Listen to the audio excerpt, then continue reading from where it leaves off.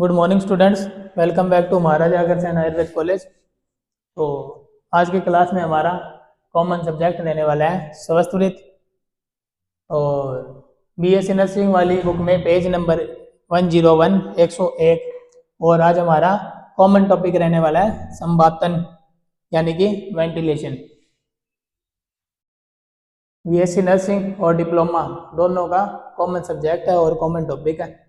हम वायु कर रहे थे तो उसको आज हम वायु को टॉपिक को समाप्त करेंगे। संवातन मतलब वेंटिलेशन।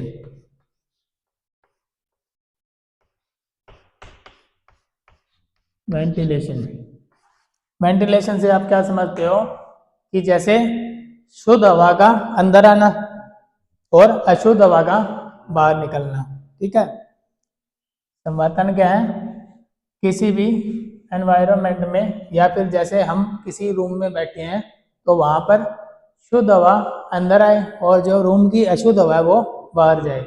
तो इस बैलेंस को क्या बोलते हैं हम? वेंटिलेशन, जिसे हिंदी में क्या बोलते हैं हम? संवातन। ठीक है।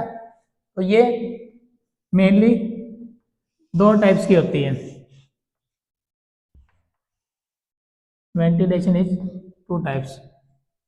पहला क्या है? नेचुरल है, नेचुरल वेंटिलेशन। और सेकंड क्या है? Artificial, artificial ventilation. ठीक है। तो जो पहला नेचुरल है उसे हम हिंदी में क्या बोलेंगे? प्राकृतिक संवातन। प्राकृतिक संवातन।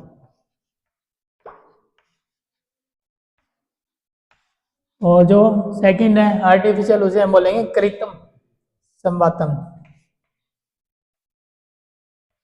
कृत्रिम संवातन।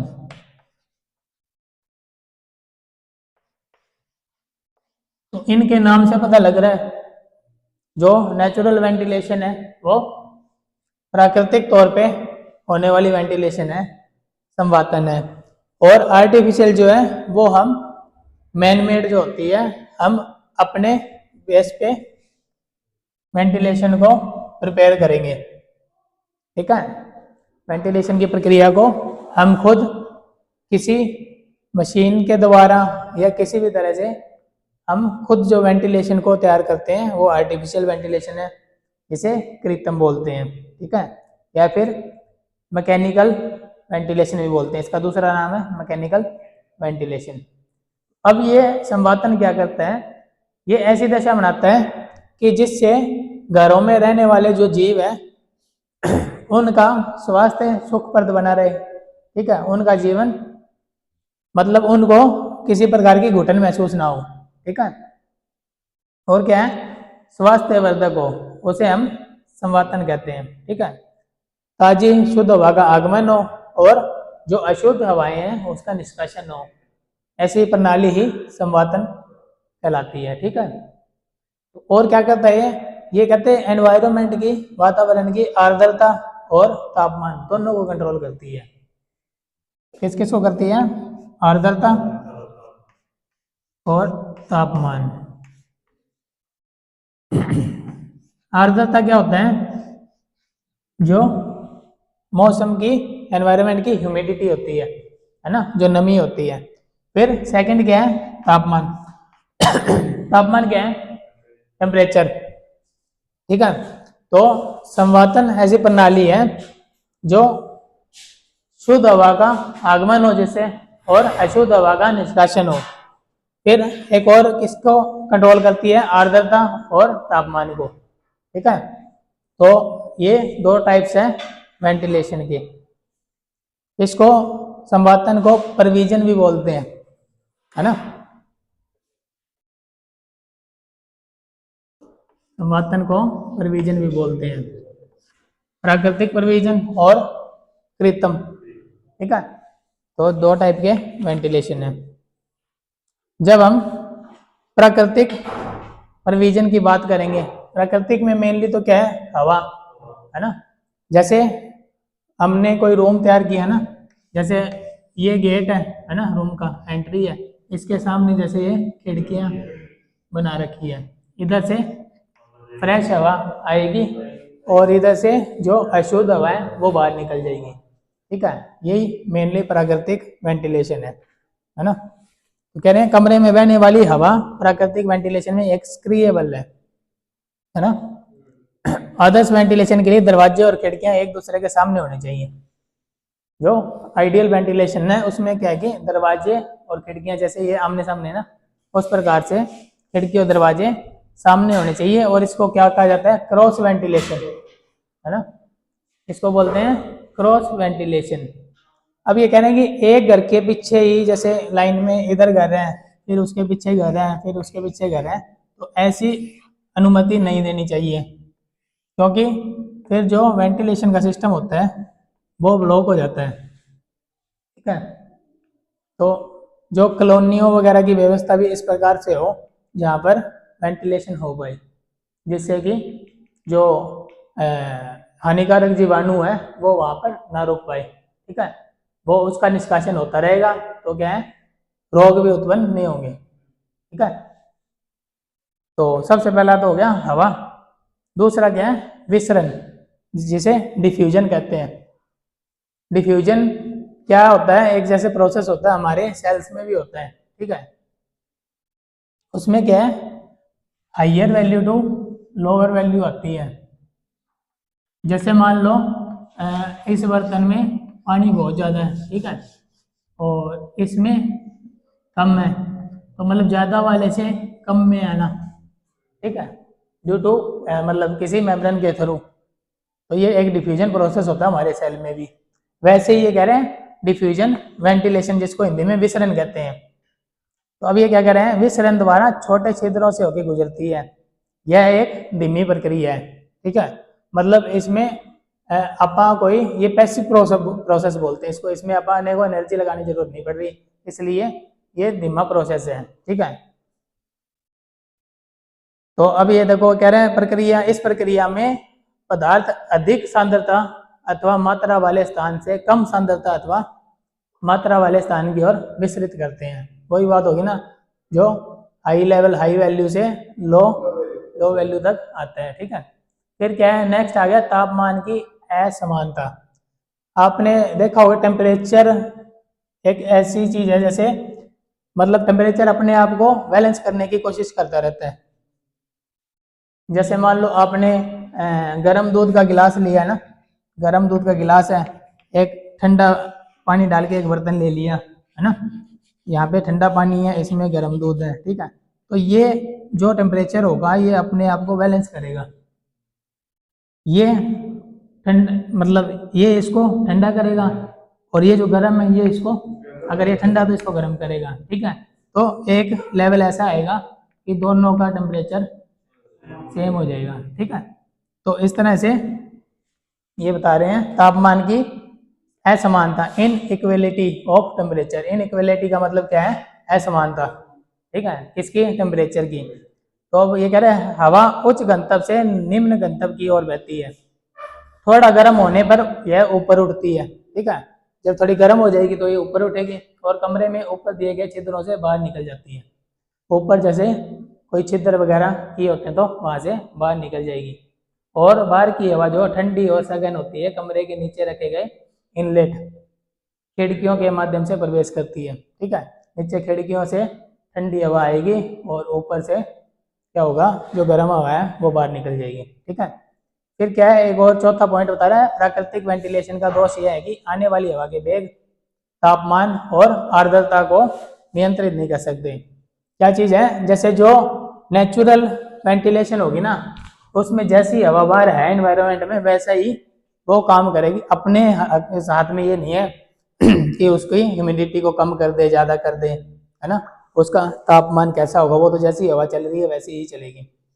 तो प्राकृतिक वाले के एक ये मतलब इसकी ड्रॉबैक मान लो या नुकसान मान लो कि उसको हम उसकी आर्द्रता को, उसके तापमान को हम कंट्रोल नहीं कर सकते। ठीक है, और उसकी स्पीड को भी हम कंट्रोल नहीं कर सकते।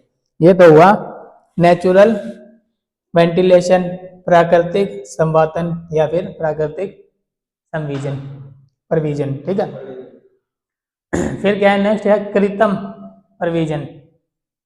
कृत्रिम के नाम से पता लग रहा है आर्टिफिशियल है, यानी कि हमने कोई ऐसा प्रोसेस लगाया है जिससे कि रूम का जो है टेम्परेचर और जो अशुद्ध हवा बाहर निकल रही है और शुद्ध हवा एंटर कर रही है रूम में, ठीक है। तो वेंटिलेशन जो मैन मेड होता है, मनुष्य के द्वारा तैयार किया गया होता है, वो है आर्टिफिशियल संवर्धन, ठीक है। इसके अंदर क्या है, सबसे पहले निकास वेंटिलेशन, एग्जॉस्ट वेंटिलेशन, ठीक है। जो हम जैसे एग्जॉस्ट फैन लगाते हैं वो कौन सा वेंटिलेशन में आ जाएगा, आर्टिफिशियल वेंटिलेशन में आ जाएगा, ठीक है। हवा को आमतौर पर बिजली से चलने वाले निकास पंखों द्वारा निकाला जाता है। जैसे किचन में जब तड़का वगैरह लगाते हैं ना, धुआं हो जाता है, फिर एग्जॉस्ट फैन चलाया जाता है, उससे क्या है कुछ ही मिनट में वो सारा धुआं बाहर, है ना। तो वहाँ पे शुद्ध हवा की एंट्री होती है, जो अशुद्ध हवा है जो अपने को सांस लेने में दिक्कत कर रही है उसको बाहर कर देगा, ठीक है। तो अब ये कह रहे हैं निकास पंखे दीवारों में ऊपर की ओर लगते हैं। जो एग्जॉस्ट फैन लगाते हैं वो ऊपर ही लगाते हैं अपन, चाहे किचन में हो, चाहे रूम में हो, या फिर टॉयलेट में हो, कहीं भी हो, ठीक है। तो ये क्या करता है, इसका प्रोसेस क्या रहता है, एग्जॉस्ट फैन क्या करता है, जैसे बाहर की ओर हवा खींचता है ना, तो रूम में क्या हुआ, वैक्यूम बन गया। वैक्यूम बताया था ना आपको क्या होता है, वैक्यूम समझते हो क्या होता है? सफाई, हाँ वैक्यूम क्लीनर है। लेकिन वैक्यूम होता क्या है, वैक्यूम क्या है, जैसे मान लो हवा, हाँ हवा क्या जीरो होगी, है ना, और कोई भी खाली स्पेस है वो बिना हवा के बिना रह नहीं सकता, है ना। जहाँ खाली स्पेस है वहाँ हवा घुस जाएगी, है ना। तो उसने क्या किया, एग्जॉस्ट ने वैक्यूम बना दिया, खाली कर दिया रूम को, फिर क्या होगी, बाहर से जो शुद्ध हवा आएगी वो अंदर एंटर हो जाएगी, ठीक है। तो ऐसा प्रोसेस, मतलब इसको नेगेटिव, मतलब बाहर खींच रही है ना, तो क्या है, नेगेटिव प्रेशर लग रहा है उस पर, हाँ एग्जॉस्ट से नेगेटिव प्रेशर लग रहा है। यह वैक्यूम बनाता है जो खिड़कियों और दरवाजों के माध्यम से कमरे में ताजी हवा को प्रवेश के लिए प्रेरित करता है, ठीक है। फिर नेक्स्ट क्या है, प्लेनम वेंटिलेशन। प्लेनम वेंटिलेशन क्या है, जैसे ये पंखा हो गया, ये चलेगा, ठीक है, ये हवा को क्या है, धक्का मारता है, रूम में इधर से उधर भगाएगा हवा को, ठीक है? हाँ चारों तरफ जो हवा होगी उसको, मतलब उसकी गति को बढ़ा देता है। हवा तो प्रेजेंट होती है हर जगह, है ना, जहाँ भी खाली स्पेस है वहाँ पे हवा प्रेजेंट होगी। और ये वाला क्या होता है, पॉजिटिव प्रोसेस होता है, क्योंकि वो हवा को खींच के बाहर निकाल रहा है, ये यहीं वाली जो हवा है उसको धक्का दे रहा है। तो ये क्या कर रहा है, छत पे लगाए जो पंखे से ताजी हवा कमरे में आती है, यह केवल कमरे में हवा को प्रसारित करने का काम करती है। वही बात है, हवा को इधर उधर फेंक रहा है। जब इसे खिड़की पर लगाया जाता है तो यह ताजी हवा को तेजी से प्रवेश करने में भी मदद करता है। जब खिड़की पे लगा देंगे तो क्या है, ताजी हवा को, जैसे एग्जॉस्ट तो मतलब उस साइड खींच रहा है ना, और इधर अपन ने पंखा लगा दिया तो ये मतलब अंदर ताजी हवा को खींचेगा, वो जो रूम की अशुद्ध हवा उसको बाहर निकाल रहे हैं, समझ रहे हो। फिर क्या है, संतुलित वेंटिलेशन, बैलेंस वेंटिलेशन। इसमें क्या है, निकास और प्लेनम वेंटिलेशन दोनों आ गए। अपन ने इस रूम में क्या किया, एक साइड में एग्जॉस्ट लगा दिया, ठीक है, एक साइड हाँ कूलर, मान लो कूलर लगा दिया, ठीक है। तो इधर से जा रही है नेगेटिव, इधर से आ रही है पॉजिटिव, ये क्या हो गया, बैलेंस। जितनी हवा बाहर गई उतनी हवा अंदर भी आ रही है, ठीक है। फिर क्या है, चौथा क्या है इसमें, जो कृत्रिम वेंटिलेशन है, जो आर्टिफिशियल वेंटिलेशन, इसमें क्या है, एयर कंडीशनर, एसी आ गई, ठीक है। यह सभी कारकों को नियंत्रित करता है। एसी में मेन फंक्शन यही होता है, ये तापमान को, आर्द्रता को, है ना, जो ह्यूमिडिटी होती है और टेम्परेचर होता है उसको अपने हिसाब से कंट्रोल करता है और उसके अकॉर्डिंग ही हवा को अंदर रूम में एंटर करने देता है, ठीक है। और क्या करते हैं, वायु की गति को भी, ठीक है, वितरण को, कितनी हवा देनी है, हवा कंट्रोल करते हैं ना एसी में सभी चीजों को। और क्या है, धूल, बैक्टीरिया, गंध आदि, इनको भी रोकता है। इसका उपयोग बड़े संस्थानों में, अस्पतालों में, उद्योगों में, ऑफिस में, स्कूलों में, ठीक है, यहाँ सब किया जाता है। तो और क्या करते हैं, जैसे बाहर से जब ये हवा खींचता है उस हवा को एयर कंडीशनर जो होता है, एसी होता है, वो फिल्टर करके अंदर भेजता है, ठीक है। उसके अंदर फिल्टर लगे होते हैं ना इसी में। जब गर्मियों में बंद करते हो आप, गर्मियों में मतलब शुरू करते हो उससे पहले जब सफाई करते हैं उसमें जाली सी निकलती है, ठीक है, तो वो फिल्टर हो गया उसका। और क्या है, इस हवा में कुछ प्रतिशत ताजी हवा भी मिली होती है। इसका नुकसान ये है कि ये महंगा है। और दूसरा क्या है इसका नुकसान, जैसे हम लोग यहाँ एसी में बैठे हैं 2 घंटे तक, ठीक है, उसके बाद अचानक से बाहर गर्मी में चले गए, ठीक है, हाँ, तो वो टेम्परेचर इम्बैलेंस हो गया बॉडी का। और जो अपने बॉडी में जो सिस्टम होता है थर्मो रेगुलेशन का, उसको कुछ समय लगता है, ठीक है, उस पर भी दुष्प्रभाव पड़ता है। सडनली हम हवा से मतलब ठंडी हवा से धूप में चले गए तो वो क्या है, शरीर में रोग उत्पन्न करने वाला कारक हो जाता है। तो इसके दो नुकसान हैं कि एक तो ये महंगा है, हर किसी के पहुंच से बाहर हो जाता है। दूसरा क्या कि सडन टेम्परेचर में चेंज आता है। तो अब मैंने आपको जैसे बताया नेगेटिव एयर प्रेशर है वो किस में है, एग्जॉस्ट में, क्योंकि जो इम्प्योर हवा है, इम्प्योर एयर है, वो नेगेटिव प्रेशर से बाहर जा रही है। फिर पॉजिटिव वाली में आपको एग्जांपल दिया था पंखे का, है ना, पंखे का। फिर अगर बैलेंस की बात करें तो एक साइड पंख एग्जॉस्ट लगा दिया, एक साइड कूलर लगा दिया या पंखा लगा दिया, ठीक है, तो वो क्या है, बैलेंस एयर प्रेशर बन जाएगा। तो ये हमारा जल अपने वायु कंप्लीट हुआ, जल इससे पहले हमने कर लिया, ठीक है।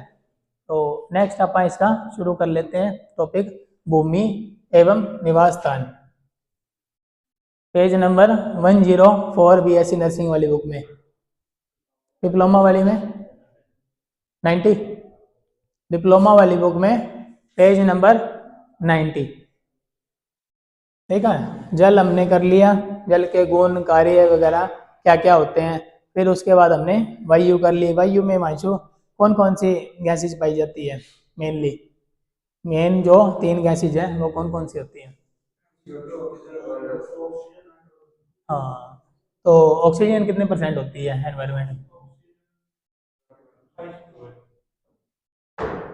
कितने बता रहे हैं, 28, 21% लगभग ऑक्सीजन होती है। और अपने CO2, CO2 हाँ 0.03 कुछ है, ठीक है।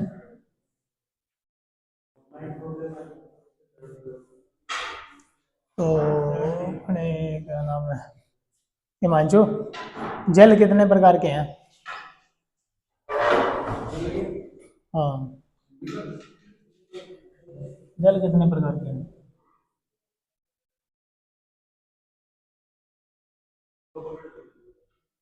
2 प्रकार के हैं, कौन कौन से, इसको बंद करके बता।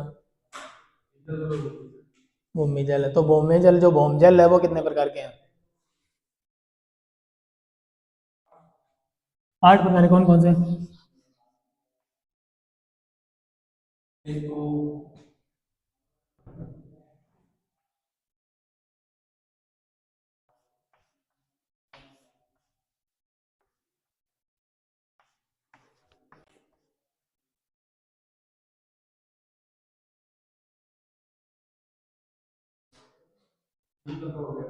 समुद्री जल और है,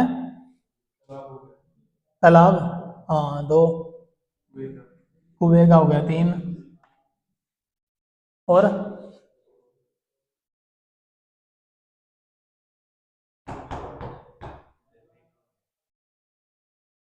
इनको याद करो पिछले टॉपिक को, ठीक है। तो नेक्स्ट टॉपिक हम शुरू कर रहे हैं, भूमि एवं निवास स्थान, ठीक है। तो रहने के लिए पहले हमारे लिए इम्पोर्टेंट चीज हो गया जल, है ना। फिर नेक्स्ट क्या हो गया, वायु, है ना। उसके बाद जीवन के लिए और क्या चाहिए, भूमि, है ना, जहाँ पे हम रहेंगे। जो भूमि है वो मेनली 3 टाइप से हम डिवाइड करते हैं इसको, जंगल, अनूप,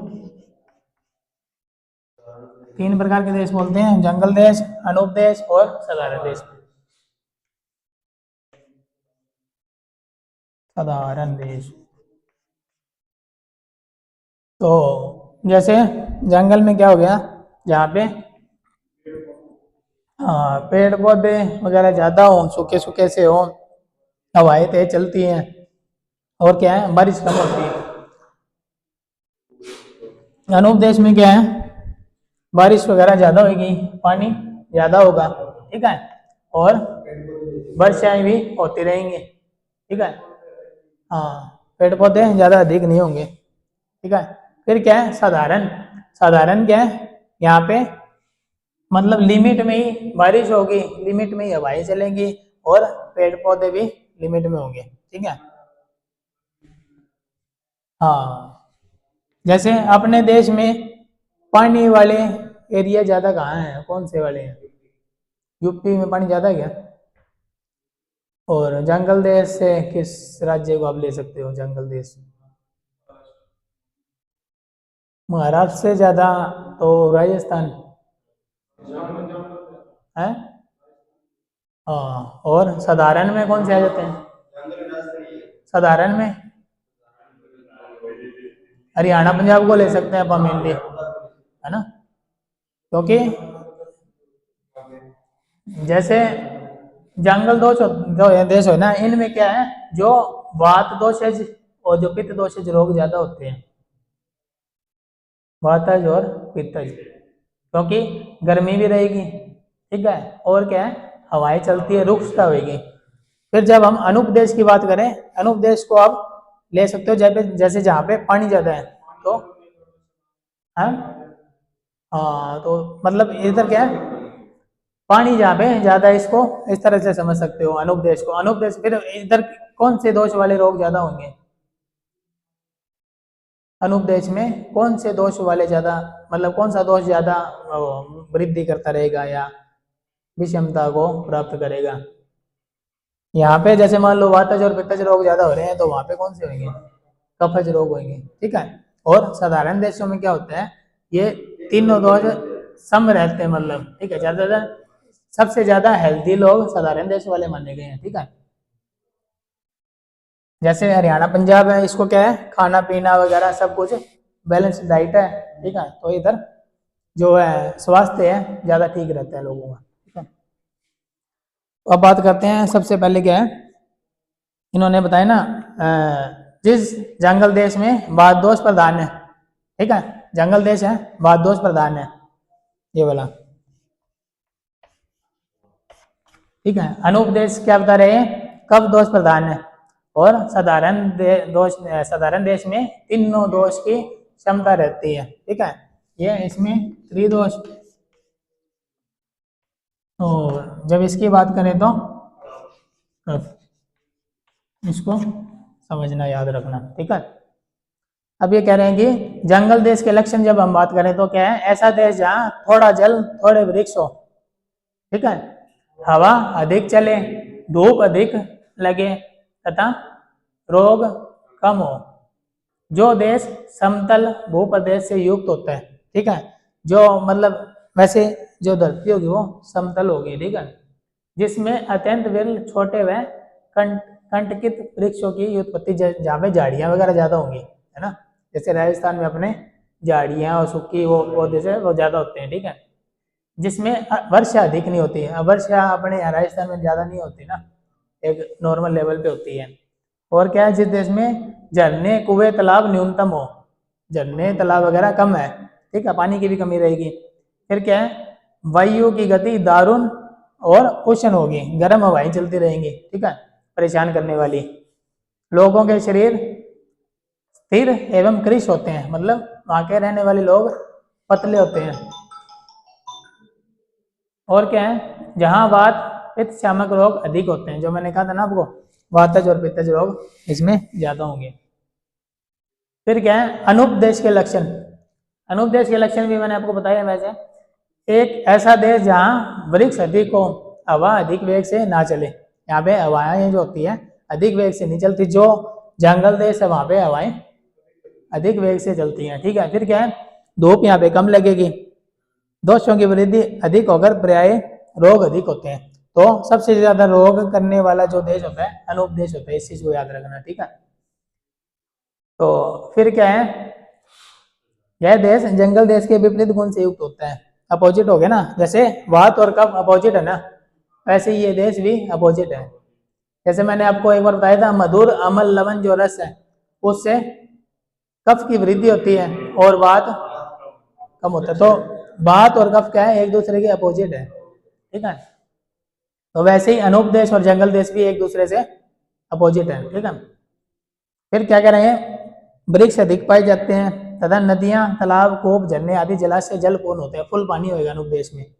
फिर क्या है, वायु हवा जो है वो क्या है, कम चलती है लेकिन ठंडी चलती है, ठीक है, धीरे धीरे चलती है और ठंडी चलती है। बड़े बड़े वृक्ष दिखाई देंगे, बड़े बड़े पेड़ होंगे, ठीक है। और क्या है, कफ वात भूयिष्ठ रोग अधिक होते हैं, कफ और वातज रोग थोड़े यहाँ पे ज्यादा होंगे, ठीक है। फिर क्या है, साधारण देश लक्षण। साधारण वाला कौन सा हो गया, अनूप देश के समान लक्षणों से युक्त होता है साधारण वाला।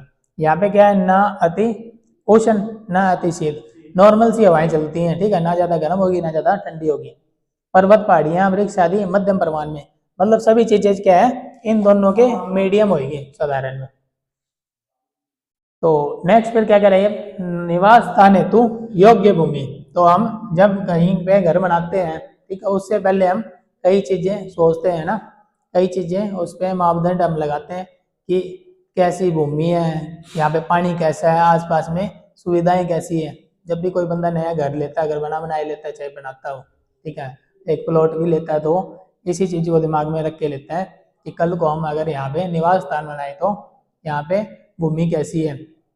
जैसे वो इधर से आते हैं आप चौकटा साइड से पहले आते हैं, उधर वो सेम नाला, जैसे वो सेम वाली जो है ना जमीन, ठीक है, तो वहाँ थोड़ी ना कोई अगर मान लो घर बनाना चाहेगा तो वहाँ थोड़ी बनाएगा। तो उस हिसाब से धरती को पहले देखेंगे कि उसके मतलब निवास के लिए हमारे योग्य है या नहीं है, ठीक है। तो फिर क्या है, अब ये कह रहे हैं जिस भूमि को देखने से मन एवं नेत्रों को संतोष हो, ठीक है, मतलब कहीं पे जब जाते हैं हम, वहाँ फर्स्ट टाइम में, फर्स्ट इम्प्रेशन में अपने को किसी बंदे को, किसी जमीन को देख के पॉजिटिविटी आती है, किसी को नेगेटिविटी आ जाती है ना, जाते ही मतलब फर्स्ट इम्प्रेशन में बंदे को हो जाता है यार ये अजीब सी जगह लग रही है, ठीक है। तो ये कह रहे हैं जो अपने को नेत्रों को संतोष हो जिसे देखकर, ऐसी जमीन हो, ठीक है, हाँ पॉजिटिव वाइब आनी चाहिए, ठीक है। फिर क्या है, उत्तम स्वास्थ्य के लिए निवास योग्य भूमि वही है जो वनस्पतियों को उत्पन्न करने योग्य हो। अब ये क्या कह रहे हैं, जहाँ पे जैसे मान लो हम ऐसी भूमि देखेंगे जहाँ पे वनस्पतियां हो, यानी कि पेड़ पौधे भी उग सके, ठीक है, कल को हम थोड़ी बहुत खेती भी करना चाहें तो हो जाए, ठीक है। और क्या कह रहे हैं, शुष्क थोड़ी ऊंची सूखी होनी चाहिए, ठीक है, जैसे मैंने आपको बताया वो सेम वगैरह वाली जमीन नहीं होनी चाहिए, थोड़ी ऊंची हो। और क्या है, छिद्र उष्ण एवं छिद्र युक्त हो, ठीक है। तो अब आगे क्या है, निवास हेतु गृह निर्माण के लिए किंचित छिद्र युक्त मिट्टी अर्थात बालू मिट्टी, बालू मिट्टी वाली को कह रहे हैं छिद्र युक्त, ताकि ऑक्सीजन वगैरह की सप्लाई भी जमीन में अच्छे से रहे, हवा पास होती रहे, ठीक है। और क्या है, तो ये कह रहे हैं इसमें जल बिना रुकावट के निकल जाता है। तो इसका मेन रीजन यही है, पानी वहाँ पे खड़ा नहीं होगा, ठीक है, पानी निकलता रहेगा अगर बारिश वगैरह आई तो। क्योंकि कहते हैं चिकनी मिट्टी में ये क्या है, पानी रुक जाता है, फिसलन भी हो जाती है वहाँ पे ना। और क्या है, जमीन सुगंधित होनी चाहिए, ठीक है, गाय, अश्व, हाथी, बांस, नाकेसर, अर्जुन, धान्य, चावल, पाटला, मधु, ये सारे इनकी गंध युक्त होने चाहिए। अश्व क्या होता है? अश्व सुना है? घोड़ा। एक रामायण में आता है, उसमें अश्वत्थामा, रामायण में आता है, महाभारत में आता है महाभारत में आता है ना अश्वत्थामा। तो अश्व क्या कहते हैं, घोड़े को कहते हैं ना। तो अश्वत्थामा से रिलेटेड एक स्टोरी थी, उसमें मतलब वो गलत खबर दे देता है उसको, जो युधिष्ठिर होता है, कौन होता है उसको, ये अश्वत्थामा मारा गया, मतलब एक बड़ी इंटरेस्टिंग सी स्टोरी है उसमें, ठीक है। फिर क्या है, भूमि समतल होनी चाहिए, प्लेन होनी चाहिए भूमि, ठीक है। और क्या है, पत्थर, लकड़ी के टकरे, राख, कांटे, अस्थि, सुरंग से रहित होनी चाहिए, मतलब ऐसी कोई गंदगी, कोई कूड़ा करकट या हड्डियां या किसी की अस्थियां, ये चीजें गड्ढे वगैरह ना हो, ठीक है। और क्या है, सफेद रक्त पीत वन की सड़ रस युक्त होनी चाहिए। ठीक है, किसे? हाँ, यही है ना, जैसे अब कोई बंदे को वो बोल ले भी तू घर बना के रहता रहे इधर अपने शमशान भूमि में या कब्रिस्तान में, कहीं भी कोई नहीं जाना चाहेगा।